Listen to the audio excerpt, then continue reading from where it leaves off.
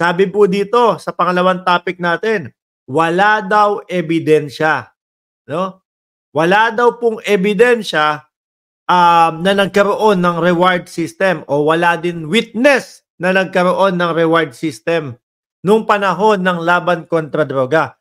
Pakinggan po natin si Bongo na ang sinasabi niya po ngayong panahon na ito, hindi totoo yung reward system. Walang ganyang nangyari. Oh, ayan. Pakinggan po natin si Bongo. Ngayon mga bossing, nako, si Bongo yata ang magiging witness, na star witness laban kay dating Pangulong Duterte. Okay. Wait lang, Bongo. Wait ka lang dyan. Oh, game, paliwanag mo. Kino-consolidate po muna namin. Ay, papaliwanag ko po muna sa inyo. No, ito pong video na to, mga bossing, kailan ba? 2019, kung hindi ako nagkakamali, no? Etong video na to. Basta nung panahon na lahat po sila, mga kababayan, ay nasa magandang posisyon, no? Na ang Pangulo ay si Duterte pa po, mga kababayan. Nung panahon na kinukuhanan at nagsasalaysay si Bongo ng tungkol doon sa alam niya.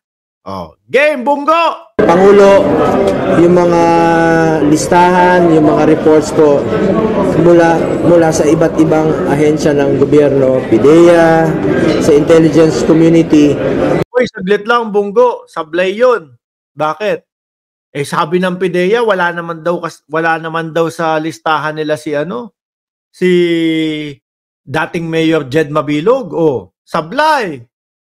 Sabi nga ni Jed Mabilog, napagtripan lang po ako kasi pinsan ko si Drilon Gusto nilang ilig sa droga si Drilon Kaya ako yung napagtripan Oh, wala daw katotohanan yun na kasama si Jed Mabilog sa PIDEA. Kaya yung mga listahan po nilang nasa kartolina na kulay puti na malaki, hindi bineripika, maigi. Hindi inimbestigahang maigi. At pinapa-cross validation po ni Pangulo ang lahat ng mga yan. Lalong-lalo na po, ito nabalitaan niyang mga ninja cups at sangkot dito sa pagre-recycle. Ayan, mga ninja cups daw po ang sangkot sa pagre-recycle. Actually, mga bossing, alam ko meron talagang mga ganyang gawain Yung tipo hubang nakahuli sila ng isang tulak, tapos ang sasabihin ng tulak, kukuhanin yung mga nakuha, yung mga nahuli. Tapos ibebenta ulit nila. Rene-recycle yung droga. Ang droga. At sabi niya kagapon sa akin.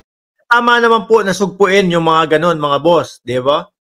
Nandiyan yung kaibigan natin na si Go Philippines. Ay nako, pag ito hindi nyo sinuportahan ang channel niyan, magkakatampuhan tayo. Ibibigay ko sa inyo si Bongo. Sa inyo ko patutulugin sa bahay nyo si Bongo. Ayan, Go Philippines 3.0. Tsaka sila JDB. Suportahan nyo po yung mga vlogger na yan. Kasi po, kagaya din po natin na sumusuporta sa gobyerno ng Pilipinas at kay Pangulong Bongbong Marcos. Tama naman po yung sugpuin yung mga ninja cups na yon, mga kababayan. Yung mga nagre-recycle, yung gagawin nila, huli ka! Tapos pagkahuli, ibebenta ulit nila. Ilalabas ulit nila. Tama naman po 'yun. Ang hindi tama yung may reward system po talaga. Pakinggan niyo si Bongo. Magiging witness to. Na kailangan malaman ng publiko soon I think he will personally announce to the public kung sino po yung mga sangkot na ito. At importante po, si Pangulo ang magsasabi. Sabi niya, ayan, ilalagay sa tarpaulin. That time po, mga 2019, itong video na to, ilalagay sa tarpaulin. Tapos? Karapatan po ng Pilipino malaman kung sino yung mga ninja cups. Sabihin mo na yung presyo, game na, reward na tayo. Dahil kailangan ka para maging witness. Nabanggit rin po niya, nandyan po rin po yung reward na kanyang sinabi noon. 1 million po sa mga ninja cups, patay. Pag buhay, pag tegi, 1 million. Pagkabuhay, kalahating milyon lang po. Pagkabuhay, kalahating milyon. Ikaw ang huhuli. Problemado ka sa pera. gipit ka sa pera, meron kang kailangang bayaran. Sumuko si Ninja Cups. Oh, sumuko yung tulak na Ninja Cups. Boss, suko na ako. Ayoko na, hindi na. Magbabago ako. Hindi pwede. Hindi ka namin pwedeng dalhin ng buhay doon. 500,000 ka lang. O, nirat-rat. Boss, nanlaban. Pag nanlaban, magkano bigayan, Bunggo? Lumaban, 2 million. Kaya pala ang dami yung mga balita. Nanlaban. Mas malaki pala ang bigayan kapag ka nanlaban. Diyos ko. Oh, boss, suko na ako, hindi na ako lalaban. Magbabagong buhay pa ako. Oh. Hindi, 500,000 lang yan. Gusto namin 2 million. Oh, Tinegi. Report doon. Linagyan ng barel sa kamay. Boss, nanlaban eh. Muntik pa nga kami mategi niyan eh. Nanlaban eh. Yari na. Ulitin nun natin para mas malinaw ah. Oh. Bunggo, paki-ano mo nga ulit, pakipaliwanag mo. Sino po yung mga sangkot na ito? At importante po, si Pangulo ang magsasabi. Sabi niya, karapatan po ng Pilipino malaman kung sino yung mga ito, mga Ninja Cups. Nabanggit rin po niya, nandiyan po rin po yung reward na kanyang sinabi noon. 1 million po sa mga Ninja Cups. Patay. Pag buhay, kalahating milyon lang po. Pag lumaban, 2 million. May general ba doon? Yes, may general ba, sir? Ang nabanggit po ay mga... Kaya pala lahat po tayo mga kababayan ang naririnig nating balita nanlaban. Kaya po pati tayo mga bossing, ano sabi, pagka meron tayong ayaw na kagaya nung kay Kibuloy, yung iba, sinasabi, nabubisit na kay Kibuloy, kakatago. Kibuloy, pag lumabas ka, manlabang ka na. Pati tayo, di ba? Pag lumaban, 2 million. Mas malaki, Kaya lagi na naging bukang bibig ng Pilipino. Manlabang ka na! Di ba?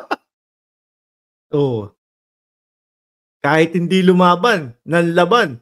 Paano ang laki ng diferensya ng 500,000 sa 2 million? Pag problemado yung tao, wala nang pakialam sa buhay. Yariin na yan.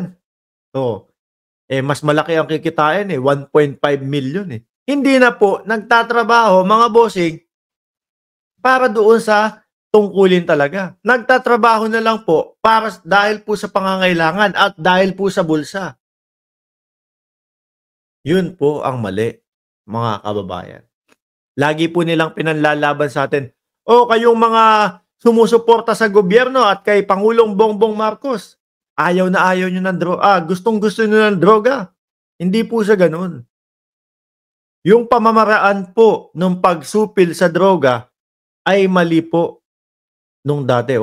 Sabihin ng mga yan, Mark Ramos, edi ikaw na magpatupad ng ng laban kontra droga. Kung pwedeng halang malamang walang tegi. Di ba? Manlaban pala ang susi, 2 milyon. So sabi ni Sasha Digwid 1967, paano si Halili hindi nanlaban? 1 million lang.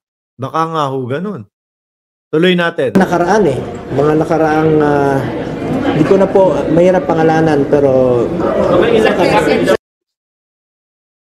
ayun, mga kababayan. Di ba sabi ni Christina Conti, attorney, walang witness. Eto po, meron na kayong witness. Hindi na po kayo mahihirapan. Biruin nyo, no? Yung mga sinasabi po ni Bongo, magkakalaban na din po No? Ngayon po, panahon na to, yung mga interview niya, walang mga reward system. Nung nasa kapangyarihan sila, malakas ang mga loob nila na sabihin yung about sa reward system.